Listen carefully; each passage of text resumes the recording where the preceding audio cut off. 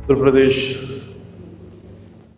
ప్రభుత్వానికి సంబంధించి కీలకమైన శాఖ పంచాయతీరాజ్ శాఖ. ఆంధ్రప్రదేశ్ వెన్నుముకి శాఖ, ప్రభుత్వ ఉద్యోగులు, అనేక సంఘాలు, వారి నాయకులు, మీరందరూ ఈ రోజున ఇక్కడికి వచ్చి నాకు అభినందనలు తెలుపుతున్నందుకు మనస్ఫూర్తిగా మీ అందరికీ పేరు పేరున నా హృదయపూర్వక ధన్యవాదాలు. మనం క్షమించాలి, కొంతమంది సంఘాల నాయకులు వచ్చినప్పుడు మొదటి రోజు ఛార్జ్ తీసుకున్నప్పుడు చాలామంది ఎక్కువ వచ్చేయటం వల్ల నాకు ప్రత్యేకమైన ఇబ్బంది ఉంటుంది. సో దాంట్లో మీ సంఘాల నాయకులందరినీ కలుసుకోలేకపోయాను, దానికి క్షమించాలి. అందుకని వెంటనే నా దృష్టికి రాగానే వెంటనే మీకు ఫోన్ చేసి మీతోనే మాట్లాడినట్టున్నాను. అంటే నా ఉద్దేశం ఏంటంటే నిర్లక్ష్యం చేసే వ్యక్తిని కాదని చెప్పడానికి, చిన్న చూపు చూసే వ్యక్తిని కాదు. మీ సమస్య నా సమస్య, అది చాలాసార్లు సభలో చెప్పాను. కానీ ఇప్పుడు ప్రత్యేకించి ఛార్జ్ తీసుకున్న తర్వాత మీకు మళ్ళీ మీ అందరికీ తెలియజేసుకుంటా ఉన్నాను. మిమ్మల్ని అర్థం చేసుకునే వ్యక్తిని, మీ సమస్యల్ని పరిష్కరించడం, ఎంత త్వరగా పరిష్కరించడం అనేది నా ఒక్కడి చేతిలో లేదు. కానీ మీ సమస్యల్ని వినగలిగే శక్తి ఉన్నవాడు. ముందు సమస్యని వింటే ఒక పరిష్కారం దొరుకుతుంది. వినటానికి అలసట అందరికీ. సో నేను మీకు ప్రత్యేకించి తెలియజేసుకునేది, నేను వినే వ్యక్తిని. ఇందాక మీ సహచరులు ఎవరు వచ్చి ఇక్కడికి ఇచ్చారు, సహచరాలు, అది ఖచ్చితంగా యుద్ధ ప్రాతిపాదికన మీరు ఆ సమస్యను పరిష్కరిస్తాను మీరు వచ్చి ఇచ్చారు. ఇలాంటివి చేయడానికంటే నాకు మీరు ఇందాక ముందు సంఘాల పెద్దలు కూడా మాట్లాడుతూ చాలామంది గతంలో కూడా మీరు సమ్మెలు, గత ప్రభుత్వం మీద మా కోపం ఉంది, మీకు ఈ ప్రభుత్వం మీద మీరు మాట్లాడుతూ ఉన్నారు. ఇందాక ఒక్కటి ఏంటంటే, ఇది అందరం కలిసి పనిచేయాలి, మినిస్ట్రీ కానీ ఉద్యోగులు కానీ. గతంలో ఎవరు ఎలా చేశారో నాకు తెలీదు, మీరందరూ వింటా ఉంటే నేను సమస్యలు వింటా ఉన్నా. కాకపోతే ఇది చాలా పురాతనమైన, చాలా బలమైన వ్యవస్థ, చాలా పాత వ్యవస్థ. ఇది ప్రతిసారి వ్యవస్థకి ఒక తుప్పు పట్టినట్టు పట్టేస్తాం. దీన్ని బలోపేతం చేయాల్సిన అవసరం ఉంది. దీనిని సమస్యలు ఏమైతే ఉన్నాయో మీ అందరికీ ప్రతి సంఘం తరఫున ఇది ప్రత్యేకించి ఒక ఓవరాల్గా మేము ఇలా చేయదలుచుకున్నాం, మా సమస్యలు ఇవి, లేదంటే మేము ఇలా నిలబడతాం, కొంచెం ఇవన్నీ చెప్తా ఉన్నారు. నేను మీకు ఈరోజు మాటిస్తున్నాను, పంచాయతీ పనులతో పాటు మీ సమస్యలను కూడా నేను వినే వ్యక్తిని. నేను ప్రత్యేకించి ఏ సంఘాలకు సంబంధించి ఆ సంఘానికి ప్రత్యేకించి ఒక టైంని అలాట్ చేసి మరి. కాకపోతే నాకున్న సమస్య ఏంటంటే, అందరూ కొంచెం ప్రిపేర్ అయ్యారండి బాగా. అంటే నేను చాలా శాఖలు ఉన్నాయి, మిగతా పనులు కూడా చూసుకోవాలి. కాబట్టి మీరు బాగా ప్రిపేర్ అయ్యి వచ్చి ఒక పరిష్కార మార్గం కూడా తీసుకెళ్ళండి. దాదాపు ఇలా ఆలోచించవచ్చు, ఇలా చేయొచ్చు. ఇందాక మీరు మాట్లాడుతూ అన్నారు, గత ప్రభుత్వం అంటే అంతకుముందు 2014 వచ్చినప్పుడు మా మీద కొంచెం కినుకుందన్నట్టుగా మీరు అన్నారు ఇందాక. అది అంటే భయపెట్టేవాడికి భయపడతారు, కానీ కొంచెం ఓపెన్గా సహజంగా కొంచెం వినే వాళ్ళతోటి ఎక్కువ ఆ బాధను గత ప్రభుత్వం మిమ్మల్ని అందరినీ భయపెట్టింది. అది నేను అర్థం చేసుకోగలం. కానీ మేము మీకు భుజం కాసే వ్యక్తులు. మేము ఇది ఒక వ్యవస్థని తిరిగి బలోపేతం చేయాలంటే చాలా చాలా కష్టసాధ్యమైంది. నాకు నిజంగా చెప్పాలంటే ఒకసారి నాకు ఇది నేను చాలా ఆనందంగా ఎంచుకున్న శాఖ. నేను ప్రభుత్వ ఉద్యోగ కొడుకుని, ఆ జీతాల మీద మేము పెరిగిన వాడిని.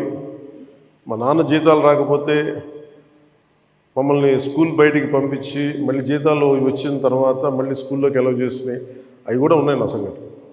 అలాంటి సంఘటనలు ఉన్నాయి. అందుకని కష్టాన్ని అర్థం చేసుకోగలను. అంటే 1వ తారీఖు జీతం రాకపోతే ఏమవుద్దు నాకు అనుభవం ఉంది. అలాగే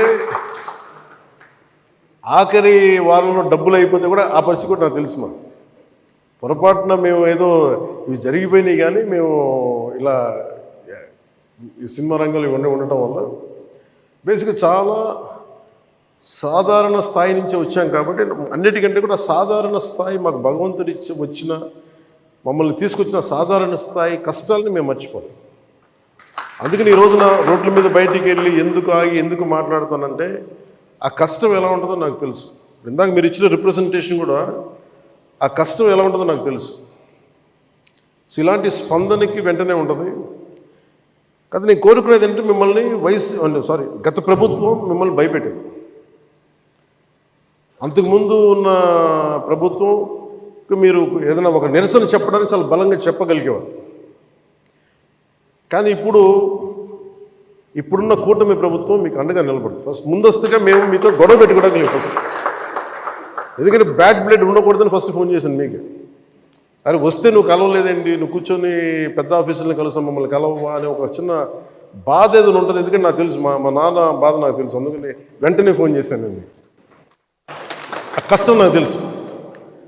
ఇంకా నేను మీకు ఒకసారి ఏమైపోతుంది, అందరూ ఒకేసారి వచ్చేస్తే నేను మాట్లాడలేని పరిస్థితులు తప్ప మీరు 1-on-1 కూర్చొని గ్రూప్గా కూర్చుంటే మటుకు నేను చాలా మీకు ఫస్ట్ వినే వ్యక్తిని. నేను విన్న తర్వాత పరిష్కార మార్గం వెతుకుతాను. మీకు గత 10 రోజుల్లో గత ఛార్జ్ తీసుకున్నప్పటి నుంచి నేను రివ్యూలు చేస్తూ ఉంటే ఉన్న పరిస్థితి, మీరు ఉద్యోగాలు లేవు, లేదంటే మనకి పర్మనెంట్ చేయలేదు, లేదంటే కూర్చొని గ్రేడేషన్ మార్చాలి, లేదంటే 2003 మాకున్న ఓల్డ్ పెన్షన్ స్కీమ్ అప్లై చేయాలి, రకరకాల అనేక సమస్యలు ఉన్నాయి.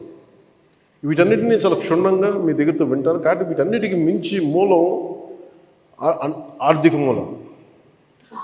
రాష్ట్ర విభజన జరిగినప్పటి నుంచి ఈరోజు దాకా ఆంధ్రప్రదేశ్ ఇంకా ఉణుకుతూనే ఉంది, ఆర్థికంగా నిలదొక్కుకోలేదు.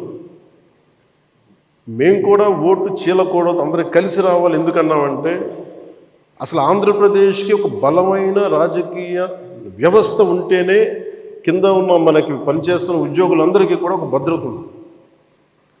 ఇందాక మాట్లాడుతూ ఉంటే కూడా ఐఏఎస్ అధికారులతో వాళ్ళకి కూడా డిఏలు ఇవ్వలేని పరిస్థితి ప్రభుత్వం. ఒక 90,000 రూపాయలు వాళ్ళకి రావాల్సింది 4% ఇంక్రీజ్ వచ్చింది. మాకు అన్ని బకాయిలు తీసుకుంటే 90,000 ఇవ్వాలి, వదిలేశారు. ఇంకా రావని చెప్పి వదిలేశాను. ఐఏఎస్ అధికారులు చెప్తా ఉన్నాను. అంటే ప్రైవేట్ వీళ్ళందరూ ప్రాఫిట్ పొందుతూ ఉన్నారు.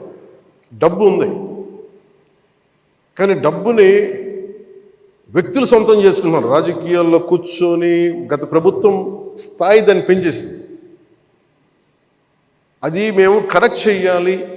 అందుకని మేము చాలా నిబద్ధతతోటి నిక్కచ్చిగా ఉండే వ్యక్తులు మేము కట్టుబడి ఉన్నాం. సో మీకు మేము మాట ఇచ్చేది కూడా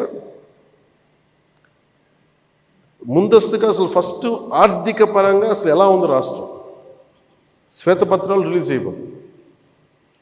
ఆర్థిక పరంగా ఎంత బలం, ఏ పరిస్థితిలో ఉంది, ప్రతి డిపార్ట్మెంట్లో ఎంత డబ్బు ఉంది, ఏ డబ్బులు ఉన్నాయి, అసలు ఏమైపోయినట్టు. ఉదాహరణకి పొద్దున్న ఏదో రివ్యూ చేస్తూ ఉంటే నారాయణ గారితో మాట్లాడుతూ ఉంటే అంటే ఏ పరిస్థితిలో ఉన్నాయి చెప్తాను. ముఖ్యంగా మన పిఆర్కి, మన పంచాయతీరాజ్ సంబంధించి 15th ఫైనాన్స్ కమిషన్ అసలు డబ్బు లేదు, మ్యాచింగ్ గ్రాంట్ ఇవ్వలేదు.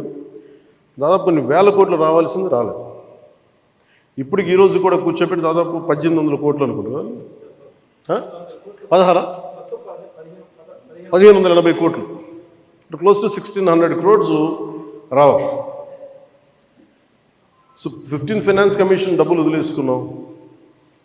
జల్ జీవన్ మిషన్ లాంటిది బోల్డెన్ నిధులు ఉన్నాయి.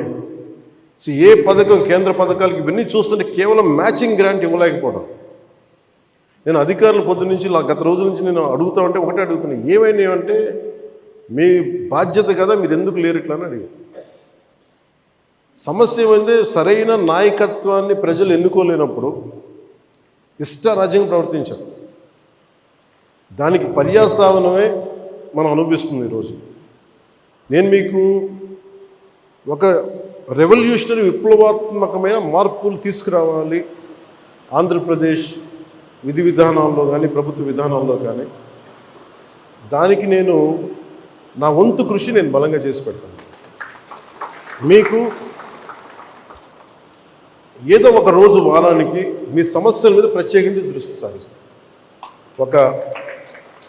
అంటే ఈరోజు కూర్చుంటే ఒక సపోజ్ నెల రోజుల్లోపు నాకున్న సమయంలో, అందుకే నెల రోజులు అంటే అది 2 వారాల్లో కానీ మీరు చెప్పండి, నాకు ఇంత టైం పడుతుంది, ఒక్కొక్క వింగ్ని అర్థం చేసుకోవాలి. ఇప్పుడు మీరు చెప్పారు ఈ ఫిట్మెంట్లు కానీ పిఆర్సీ కానీ అలాగే కమిషనర్స్ని ఇప్పుడు దాకా అపాయింట్ చేయలేదు. ప్రతిదీ కూడా మీరు క్షుణ్ణంగా చెప్తే నేను కన్సర్న్ అధికారులతో మాట్లాడి నేను ఏం చేయగలంటే, నేను టాస్క్ మాస్టర్ ముందు సమస్యకు పరిష్కారం వెతుకుతానని చెప్పేవాడు. నేను పారిపోయే వ్యక్తిని. నాకు రాజకీయాలు నాకు అవసరం లేదు. నేను ఎందుకు వచ్చానంటే ఇది నా నేల అనుకొని వచ్చాను. ఇది ఎవరో మీ తరపున నిలబడి మాట్లాడటానికి ఇన్ని కోట్ల మందికి నిలబడాలి, నా వంతు కృషి చేయడానికి వచ్చాను. దాంట్లో భాగం మీ భవిష్యత్తుకి, మీ భద్రతకు కూడా నేను మనస్ఫూర్తిగా మాటిస్తున్నాను, ఇది నిలబడి. సో నేను కోరుకునేదల్లా మీకు ఈరోజు నేను అద్భుతాలు చేసేస్తాను, అన్ని సమస్యలని పరిష్కరించేస్తాను నేను చెప్పను. ముందు నేను అవగాహన చేసుకోను. శాఖాపరమైన అవగాహన చాలా చాలా అవసరం. అలాగే దీంట్లో ఎంతమంది ఉద్యోగులు ఉన్నారు, ఏ స్థాయి ఉద్యోగులు ఉన్నారు, ఏమేమి చేయాలి, వీళ్ళందరికీ ఏ సమస్యలు ఉన్నాయి, ఇది ఒకటి. మీరు 2 రకాల స్టడీ చేయాలి. ఇవన్నీ చేసిన తర్వాత ఒకటి పంచాయతీలని దానికి పునర్వైభవం తీసుకురావడం, గత వైభవం తీసుకురావడం పంచాయతీలకి. అలాగే పంచాయతీరాజ్ వ్యవస్థ నా కోరిక ఒకటే, ఈ 5 ఏళ్ల కాలంలో ఆంధ్రప్రదేశ్లో అంత బలమైన పంచాయతీ వ్యవస్థ మనకి భారతదేశంలోనే లేదని అలాంటి సర్టిఫికేట్ తెప్పించుకోవాలని నా కోరిక. అందుకని బలమైన ఆలోచన విధానంతో ఉన్నాను. కాకపోతే మీ అందరి సహకారం కూడా కావాలి. కానీ నేను ఒక్కడిని చేసేది కాదు. మీ అందరి సహాయ సహకారాలు, మీ సలహాలు, సూచనలు లేకపోతే నేను కూడా ఏం చేయలేదు. కానీ నేను మీకు అందుబాటులో ఉంటాను. మీకు ప్రత్యేకించి ముఖ్యంగా మీరు కోరుకుంటుంది అన్నిటికంటే దారుణ బాధ అనిపించింది, నెలకి జీతాలు ఇవ్వడం పక్కన పెట్టి జీతాలు పెంచాలని అడగాలి, కానీ నెలకి జీతాలు వస్తే చాలు అనుకునే 1వ తారీఖు జీతాలు వస్తే చాలు అనే స్థాయికి పెరిగిపోయింది. సో అభివృద్ధి అనేది లేదు, నిధులు లేవు. వీటన్నిటి మధ్యలో now governance is a great challenge for all of us. కానీ మాకేం నమ్మకం ఉందంటే పెట్టుబడులు తీసుకురాగలం, అభివృద్ధి పదంలో ముందుకు తీసుకెళ్ళగలం, ఒక ధైర్యం చాలా బలంగా ఉంది. సో మేము బలంగా మీకు చేసి నీకు నెక్స్ట్ మీటింగ్ నేను మీకు తెలియజేస్తాను. సంఘాల పెద్దలందరికీ, నాయకులందరికీ. హరిప్రసాద్ గారికి నా పొలిటికల్ సెక్రటరీ, అలాగే మన పంచాయతీరాజ్లో కూడా కొంత ఆయన సహాయం తీసుకుంటాను. వరప్రసాద్ గారు వీళ్ళందరూ ఉన్నారు. కానీ ప్రత్యేకించి ఇంకొంచెం మీకు ఎక్కువ నమ్మకం కలిగించడానికి నేను అందుబాటులో ఉంటానని చెప్పడానికి, మీరు సమస్యని ఇన్ని సంఘాలు ఉన్నాయి, వీళ్ళకి ఈ సమస్య ఉంది, ఇది మాకు క్షుణ్ణంగా ఈయనేమంటారంటే మిమ్మల్ని ఈ రిపోర్ట్ చేసి పట్టుకురండి నేను మాట్లాడతాను. సో అది కుదిరితే మనం అక్కడ క్యాంప్ ఆఫీస్లోనే కూర్చుందాం. లేదంటే ఒకసారి ఏదైనా కూర్చోబెట్టి మీకు మీరున్న చోటకి అన్నీ బాగుంటాయి, నేను కూడా రావడం నాకు సిద్ధం. నాకు అలాంటి ఇబ్బందులు కూడా ఏమి. సో ఇవన్నీ దృష్టిలో పెట్టుకుని నాకు ఇప్పుడే ఛార్జ్ తీసుకున్నాను కాబట్టి కొద్దిగా నాకు కొన్ని రోజులు సమయం ఇవ్వండి. నాకు సమయం ఇచ్చిన తర్వాత మీతో కూర్చొని మన సాధక బాధకాలన్నీ మాట్లాడుకుని, ముందు మీరు ఆనందంగా ఉంటే తప్ప ప్రజలకు మిమ్మల్ని ఆనందంగా ఉంచలేదు. నాకు మీరు ఆనందంగా ఉండాలని మనసావాచ ఆకాంక్షించాను. అలాగే మీ సమస్యనమ్మా నేను వెంటనే అది మాట్లాడేస్తాను. నేను లాస్ట్ టైం కూడా చేయించాను. 2014లో కూడా ఇలాంటి ఇష్యూ ఏదో ఉంటే నేను అది ప్రత్యేకించి చేయించాను. It will be done. అది మేమే కూర్చోబెట్టి చేస్తాను. అది మట్టు కొంచెం మాట్లాడుతున్నాను. సో మీ అందరికీ ప్రత్యేక ధన్యవాదాలు తెలుపుకుంటే, అంటే నేను ఎంత అవగాహన చేసుకున్నాను అనడానికి మీరు చెప్పిన ప్రతి పాయింట్ యాజ్ ఆన్ నౌ నేను నోట్ చేసుకున్నాను. దీని మీద నేను అంటే వీటి మీద కూర్చొని నెక్స్ట్ టైం మీటింగ్ నాకు కొంచెం ప్రిపరేటరీ వర్క్ కావాలి, అందువల్ల కూర్చొని మీతో మాట్లాడతాను తెలియజేసుకుని మీ అందరికీ ప్రత్యేకమైన ధన్యవాదాలు తెలుపు సెలవు తీసుకున్నాం. జై హింద్.